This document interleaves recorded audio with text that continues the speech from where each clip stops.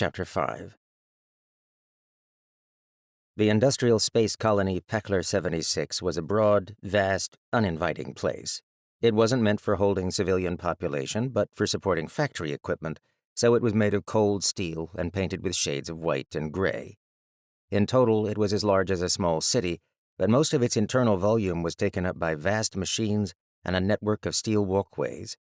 In the best of times, it was a quiet place, its metallic silence interrupted only by the clank of steel, the hiss of steam, the distant hum of engines, and, every once in a while, the echoing footsteps of an employee going from one task to another. For weeks now, the footsteps had been silent. The machinery continued, but the only sounds were panicked breaths, tense and whispered cries for help, and the occasional scream of terror. All the surviving crew aboard Peckler 76 had learned that silence meant survival. "My name is Ryan Wraith, Knight of the Lost Horizon," Ryan cried. "I'm here to help." Holographic fireworks burst behind him. The pair of humans, a woman and a young girl, squirmed deeper into the corner of the vents where they'd hidden. It looked like they'd been hiding there for a while, Ryan judged, based on their tattered clothes, the piles of discarded food packages, and the stench of unwashed bodies. The girl whimpered while trying to cover her own mouth, while the woman gestured desperately to Ryan. "Quiet," she whispered. "You have to be quiet." "No need! You're safe now." If the humans could have run somewhere, he suspected they would have run from him. They didn't trust him yet, so they didn't believe him when he said their days of horror were over. He supposed it didn't support his argument when a panel clanged open overhead and a predatory alien leaped out of the ceiling, jaws extended to feast on Ryan's flesh. Ryan leaned aside, letting the creature crash to the floor so he could get a good look at it. It resembled a standard canine covered in a blue-black exoskeleton, like an insect. It had a pair of glistening compound eyes and jaws filled with slavering fangs, and its reverse-jointed legs were poised to leap on him again. "Bugs really are the worst," Ryan declared. The alien made a hacking cough, and its throat bulged unnaturally wide. Only a second later, it spat a glob of luminous green liquid at him. He was about to dodge again when he considered what a fist-sized bubble of acid might do to the colony if it ended up melting through the hull.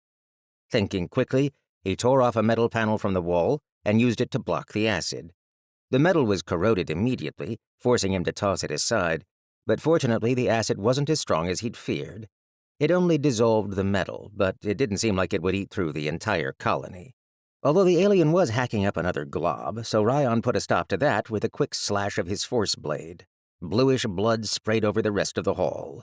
"Good thing that blood isn't acidic," Ryan mused. "Can you imagine?" "It is!" the woman shouted.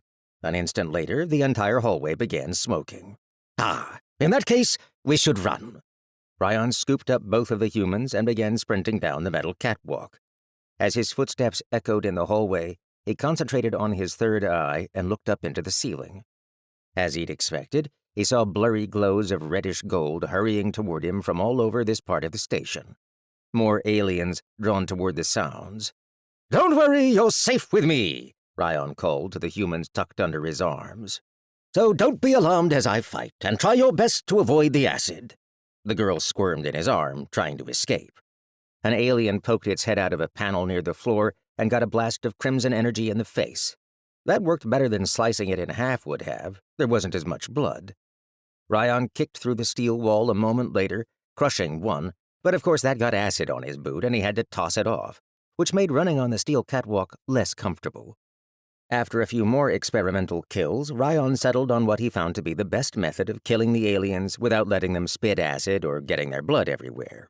He had to either burn them with his combat art or crush them just enough to cause internal damage, but not so much that the exoskeleton cracked. That would have been much easier if he had free hands. While executing a whirling kick in midair to send a lash of flame at a group of aliens was exciting, it would have been far more practical to use a hand. Not to mention how much easier it would have been to grab an alien in two hands and crush it, rather than pinning it with his foot against the ground and killing it that way. But he knew from experience that humans had a low tolerance for being tossed around, and being carried while Ryan leaped, dodged, kicked, and burned aliens was probably their tolerance level. If he temporarily threw them into the air so he could use his hands for a moment, they'd probably vomit when he caught them again, and they had obviously been malnourished for a while. They couldn't spare the nutrition. As Ryan fought, another concern dawned on him. The aliens' numbers weren't dwindling as he killed them. If anything, more and more of them were pouring out of the walls and ceiling at every moment.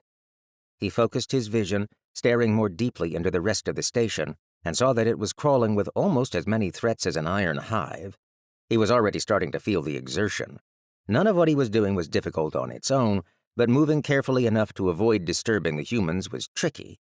His combat art also consumed far more energy when he used it so inefficiently. At this rate, he might falter, and the innocents would be in danger.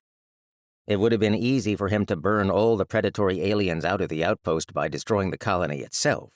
He could do it without even summoning his divine titan, and while that would be a powerful feat of his combat art, it would be easier than fighting this way. But there were other humans hiding elsewhere in the colony. Until he confirmed that they were dead or safe, he couldn't do anything that would destabilize Peckler 76 itself. This is tricky, Ryan said to his charges as he leaped over a ball of acid, kicked an alien into a wall, and stomped fire into a second target's face. I have a friend that would know exactly what to do in this scenario. I wish Sola were here. The humans didn't respond to him. They were busy screaming in terror, but a blue light shone next to him. He didn't have time to stop and wait, but his spirit brightened. The Aether, or more likely Horizon, had heard his wish. A second later, the blue light resolved into a hooded figure a bit shorter than Ryan. The symbols on the edges of his wizard's mantle shone silver that matched his eyes, and he swept a hand at the oncoming aliens and shoved them back. A glob of acid hit the air a few feet away from him and shimmered on the edge of an invisible protective field, sliding across it as though down curved glass. "Did you call for help?" Varic asked. Actually, I called for Sola, Ryan said. But you would have been my second choice. Ryan would have expected the innocents he'd rescued to have been relieved upon seeing a fellow human, but they were still crying. Varic gestured to them, and Ryan felt their slight weight lifting from his arms. "Why don't I take these two?" Varic suggested. Ryan sighed in relief. "Thank you. This will be much easier with my hands." Then his stomach lurched as the catwalk beneath their feet collapsed. He'd been leaping from bridge to bridge as he fought, trying to spread out the acid damage, but they'd stayed in one place too long. The catwalk couldn't take it, and it fell to the floor beneath. Ryan, however, only fell a few inches. Varic had caught all four of them with his levitation ring, so they hovered safely far above the wreckage. Ryan could have flown on his own, but he appreciated the support anyway. The acid was starting to pile up, though. It was getting hard to see the rest of the room through the layer of shining green sludge that covered Varic's shield. He turned to the woman, who seemed more relieved to be drifting in midair than she had been to be carried by Ryan. "Where did these things come from?" Varic asked. The company made them," she said bitterly. "Supposed to be the perfect weapons, if you can believe it. All they do is hunt, eat, and lay their eggs." Varic took a deep breath, as though bracing himself to dive into an icy river. "What company?" "Cable-Right Genetics," she said, and Varic let out a breath of relief. "A subsidiary of the Valinar Corporation," she went on, and Varic's relief turned into a groan. "Well, you can rest now. We'll take care of this."